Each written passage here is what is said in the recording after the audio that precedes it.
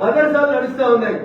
ఎందుకు ఒక ఎంఈఓ, ఒక డిఈఓ లేదా జిల్లా కలెక్టర్ ఈ రోజు దాకా ఒక్క మదర్సాను విజిట్ చేసి మదర్సాలో ఉన్న విద్యార్థులు ఏ రాష్ట్రం వాళ్ళు, ఏం చదువుకుంటున్నారు, ఏం చదువు చెప్తున్నారు, వాళ్ళకి ఇచ్చేది సర్టిఫికేట్ ఏమైనా ఉందా, ఈ సర్టిఫికేట్ తీసుకున్న తర్వాత వాళ్ళు వెళ్ళిపోయి ఈ దేశంలో ఏ రాష్ట్రాల్లో ఉంటున్నారు అనేటువంటి విషయంలో ఎక్కడైనా ఏమైనా అంచనా ఉందా అనేది ఒక విషయం లోపల చర్చ జరగాల్సినటువంటి అవసరం ఉంది.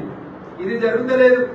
ఎంతసేపు భారతీయ జనతా పార్టీ అనగానే ఒక వర్గానికి వ్యతిరేకమైన బదనాలు చేస్తున్నారు తప్ప నల్గొండ లాంటి జిల్లాని స్లీపర్ సెల్స్ కి అడ్డాగా వాడుతూ నేరాలు ఘోరాలు అన్ని కూడా నల్గొండ లాంటి ప్రాంతాల్లో ఐఎస్ఐ తీవ్రవాదులు వచ్చి చేస్తా ఉంటే ఈ రోజు దాకా ఈ జిల్లా ఎస్పీ గాని కలెక్టర్ గాని మా జిల్లాలో ఇన్ని మదర్సాలు ఉన్నాయి, ఇంతమంది బంగ్లాదేశీలు ఉన్నారు, ఇంతమంది రోహింగ్యాలు ఉన్నారు, ఇవి అధికారిక లెక్కలు అని లెక్కలు పెట్టడానికి మనం చెప్తలేదు.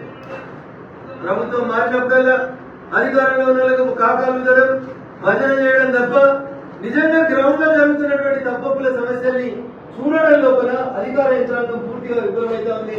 ముఖ్యంగా కాంగ్రెస్ పాలిత రాష్ట్రాల్లో సికింద్రాబాద్ లో ముత్యాలమ్మ గుడి మీద జరిగిన, మెదక్ పార్లమెంట్ లో సదాశివపేటలో జరిగిన, లేకపోతే ఇంకొక దగ్గర ఇంకొకటి జరిగిన, నిన్న కొమరవెల్లిలో ఒక సంఘటన జరిగిన, మతి స్థిమితం లేని వాళ్ళందరూ గుళ్ళలకే వస్తున్నారు.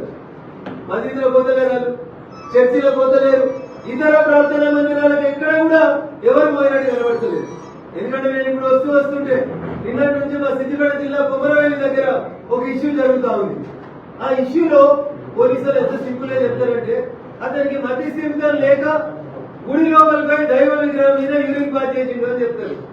నేను అడుగుతున్నా పోలీసులని, ఏ ఒక్క రోజన్నా ఏ ఒక్క మసీద్ దగ్గర ఇట్లాంటి సంఘటన జరిగింది, మతి స్థిమితం లేని మసీదు రిటర్న్ చేసిండు లేదా చర్చి రిటర్న్ చేసిండు అనే వార్త వచ్చిందా?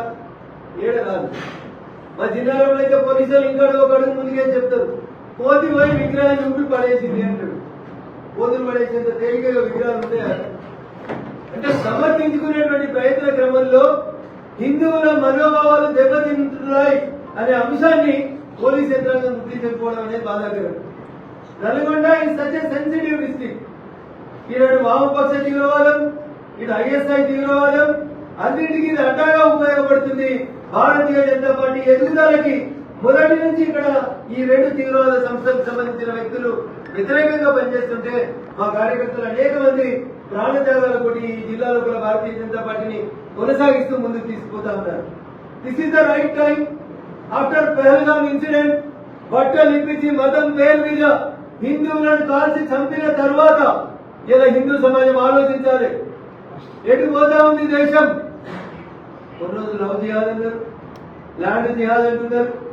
కిషన్ గంజ్, గుజరాత్, బీహార్ ఇట్లాంటి ప్లేస్లలో ల్యాండ్ జిహాద్కి వస్తున్నారు.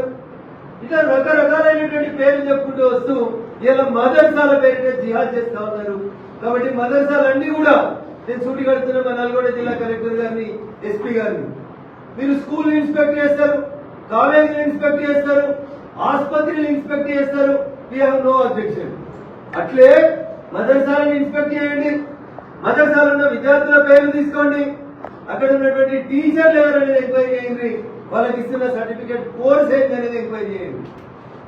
ఈ దేశంలో అందరం సమానమే, ఈ దేశం మాది అని వాళ్ళు కూడా చెప్తున్నారు.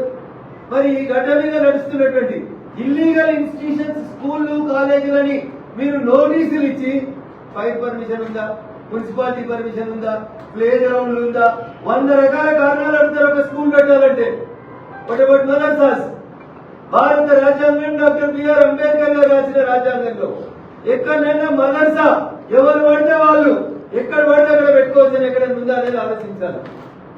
నల్గొండ లాంటి సెన్సిటివ్ జిల్లాలో ఇట్లాంటి విషయాల గురించి మాట్లాడకపోతే మేము కులగణన చేసినాం, దేశానికి ఆదర్శంగా ఉన్నాం, నథింగ్ ఇస్ రాంగ్. అది ఎన్ని తప్పులు ఏంటంటే ఆ కులాల బయటకు వచ్చి మాట్లాడుతా ఉన్నాడు. ఈ కాంగ్రెస్ పార్టీ ఎమ్మెల్సీ వచ్చే మాట్లాడుతున్నాడు, మీరు చేసిన కులగణన ఎంత చక్కగా ఉంది, బీసీల సంఖ్యను ఎంత నాశనం చేసిరని బీజేపీ వాళ్ళు మాట్లాడతలేరు. మీ సొంత పార్టీ ఎమ్మెల్సీ మీరంతా కాలం బట్ట కట్టుకొని తిరిగి గెలిపించిన మీ ఎమ్మెల్సీ చెప్తా ఉన్నాడు మీకు. అందుకని ఇప్పటికైనా ఆలోచించమని చెప్పి ఈ రాష్ట్ర ప్రభుత్వాన్ని విజ్ఞప్తి చేస్తాను. ఇది దేశానికి సంబంధించి దేశ ప్రజల ఆలోచన విధానంలో ఉన్నటువంటి అంశం అయితే నేను నల్గొండకు వస్తూ చూస్తా ఉంటే చాలా చోట్ల ఐకేపీ కొనుగోలు కేంద్రాలలో వడ్ల కొనుగోలు జరుగుతలేదని, సెంటర్ల దగ్గర ఇబ్బందులు వస్తా ఉన్నాయని, నిర్ణీతమైనటువంటి ధర ఇస్తలేరని రైతులు అవస్థ పడతా ఉంటే భారతీయ జనతా పార్టీ నాయకత్వంలో మా నాయకులు కొందరుపై ఐకేపీ సెంటర్ల దగ్గరికి ఇతర ప్రదేశాలపై ధర్నాలు చేస్తే ఇలా ఐకేపీ సెంటర్ల దగ్గరికి ఎవరు రావద్దనే ఒక రకమైనటువంటి ఆర్డర్ని, కనబడని ఆర్డర్ని ప్రభుత్వం పాస్ చేసినట్టు కనబడింది. భారత ప్రభుత్వం ఎంఎస్పీ 2350 రూపాయలు ఇస్తుంటే నల్గొండ జిల్లాలో 300 ఎవరి కమిషన్ పోతుందో ఒకసారి ఆలోచించాలి.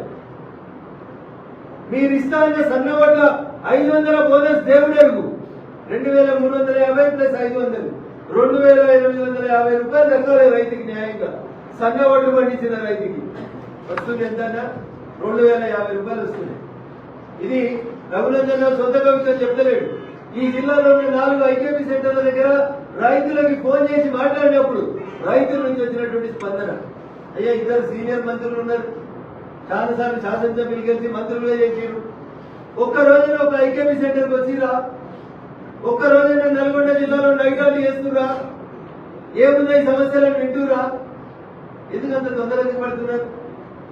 మా మానస పుత్రిక అని చెప్తాడు మా ఇంకా ఎలక్షన్ రాగానే ఎస్ఎల్బీసీ నీళ్ళు వస్తాయి నల్గొండకి 99లో గెలిస్తే 2005లో రాజశేఖర రెడ్డి శంకుస్థాపన చేసే 2025 2 दशक खत्म हो गए वगैरह 4 बार एमएलए बन गए, 1 बार सांसद भी बन गए, 2 बार मिनिस्टर भी था, अभी भी मिनिस्टर है. ఎడవైపు కోమటిరెడ్డి వెంకటరెడ్డి గారు ఆఖరికి ఎస్ఎల్బీసీలో చచ్చిపోయిన డెడ్ బాడీని బయటికి తీసేందుకు కూడా కాంగ్రెస్ ప్రభుత్వానికి సాధలేదు. This is your fail, this is your contribution. ప్రజలు మిమ్మల్ని నమ్మి కాంగ్రెస్ వస్తే మా బతుకులు బాగుతాయని, ప్రజాపాలన వస్తుంది అనుకుంటే చచ్చిపోయిన డెడ్ బాడీలను కూడా తీసేంత శక్తి కాంగ్రెస్ ప్రభుత్వానికి లేదంటే దురదృష్టకరమైనటువంటి విషయం. అందుకని దయచేసి ఎదురున్న పార్టీని తిట్టుడు పక్కన పెట్టి సొంత జిల్లాలో ఏమైతుందో ఇద్దరు సీనియర్ మంత్రులు దయచేసి ఆలోచించాలి. ఐకేపీ సెంటర్లు రైతుల సమస్యలు వెంటనే అడ్రస్ చేయాలి.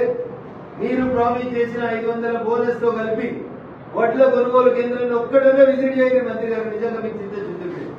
రఘునందన్ చేసిన ఆరోపణ తప్పైతే 2350 రూపాయలు మీ ఐకేపీ సెంటర్లలో రైతులకు ఎంఎస్పీ వస్తున్నట్లయితే రేపు నిజాయితీగా ముందస్తు ఇన్ఫర్మేషన్ లేకుండా ఒక్క ఐకేపీ సెంటర్ దగ్గరికి ఇద్దరు మంత్రులలో ఏ ఒక్క మంత్రి వచ్చి ఐకేపీ సెంటర్లో రైతులతో నిజాయితీగా మాట్లాడు. పోలీసులు బందోబస్తులు పెట్టుకొని వచ్చి దౌర్జన్యం చేసి మీ పార్టీ నాయకులు అందరూ పోయి 2350 వస్తుంది, 500 బోనస్ వస్తుంది అని బాగా కుదరకూడదు. రియల్ సిచ్యువేషన్ ని అట్లీస్ట్ మంత్రుల దృష్టికి తీసుకొచ్చేందుకు ప్రయత్నం చేయమని చెప్పి నేను కాంగ్రెస్ నాయకులకు విజ్ఞప్తి చేస్తూ